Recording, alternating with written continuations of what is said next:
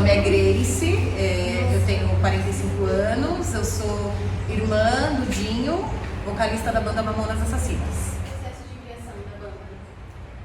Então, é muito interessante porque assim, eles começaram como banda Utopia, que inclusive tocava direto aqui, nas quermesses, enfim. E como banda Utopia, eles usavam uma inspiração na Legião Urbana, nas bandas que eles gostavam, né? Engenheiros do Havaí, Titãs, até em bandas assim, internacionais de rock, pop, né?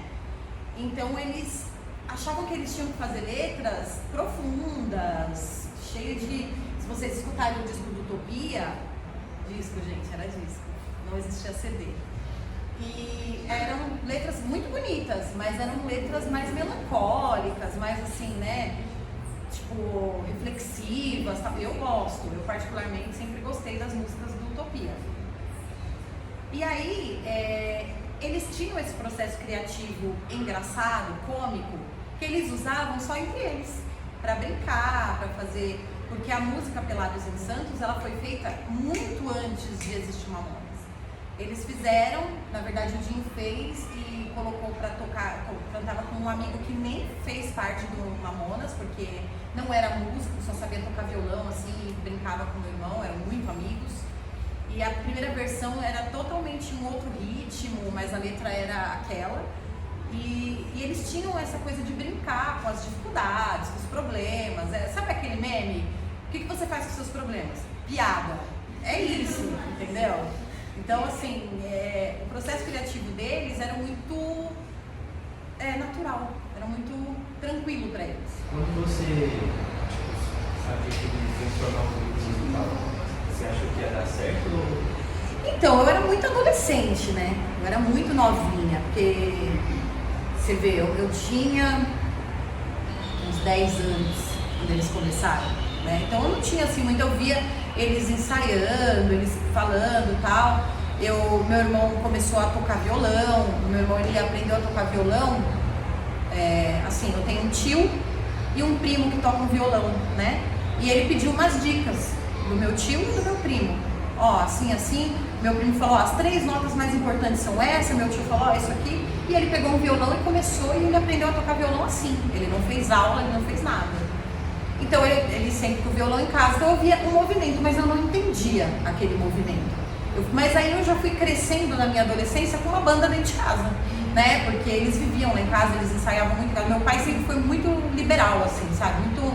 Nunca foi aquele cara de tipo, não, você vai ser advogado, não, ele sempre apoiou o que meu irmão queria. Minha mãe ainda ficava mais pegando no pé, mas meu pai, ele era mais de apoiar mesmo, assim, né? Não que meu pai falasse assim, nossa, tenho certeza que meu filho vai brilhar, não é isso, mas ele falava, cara, é o sonho dele e tudo bem, eu vou estar aqui se der certo, eu vou estar aqui se der errado, né?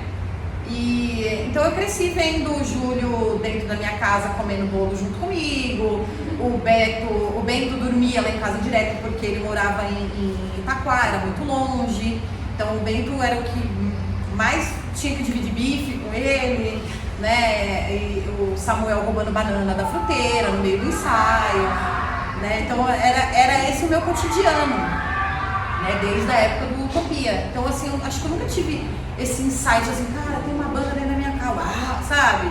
Até mesmo com o Mamonas, quando eu saía com eles e via o desespero das pessoas para chegar perto, para tocar, eu falava, gente, que é isso?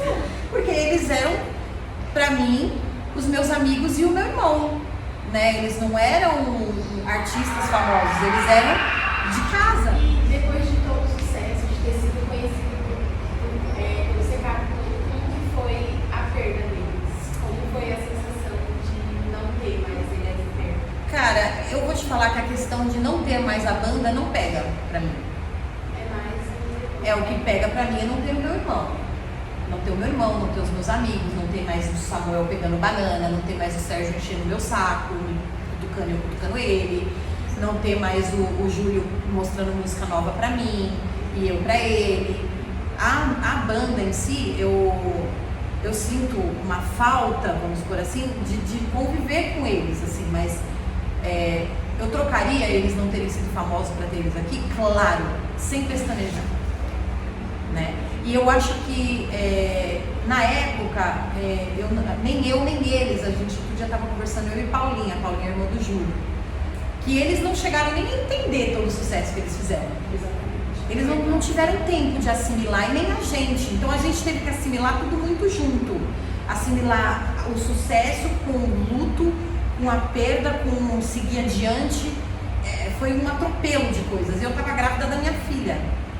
Então foi um atropelo que eu nem podia sentir direito, porque eu tinha um bebê que dependia de mim para terminar de se formar, né? Eu estava de 6 meses de gestação.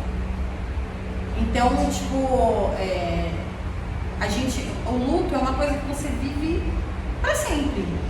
Não existe um dia que eu não sinta falta, não existe um dia que eu não chore, às vezes quando alguém me marca alguma coisa e eu vejo aquilo mexe comigo, entende?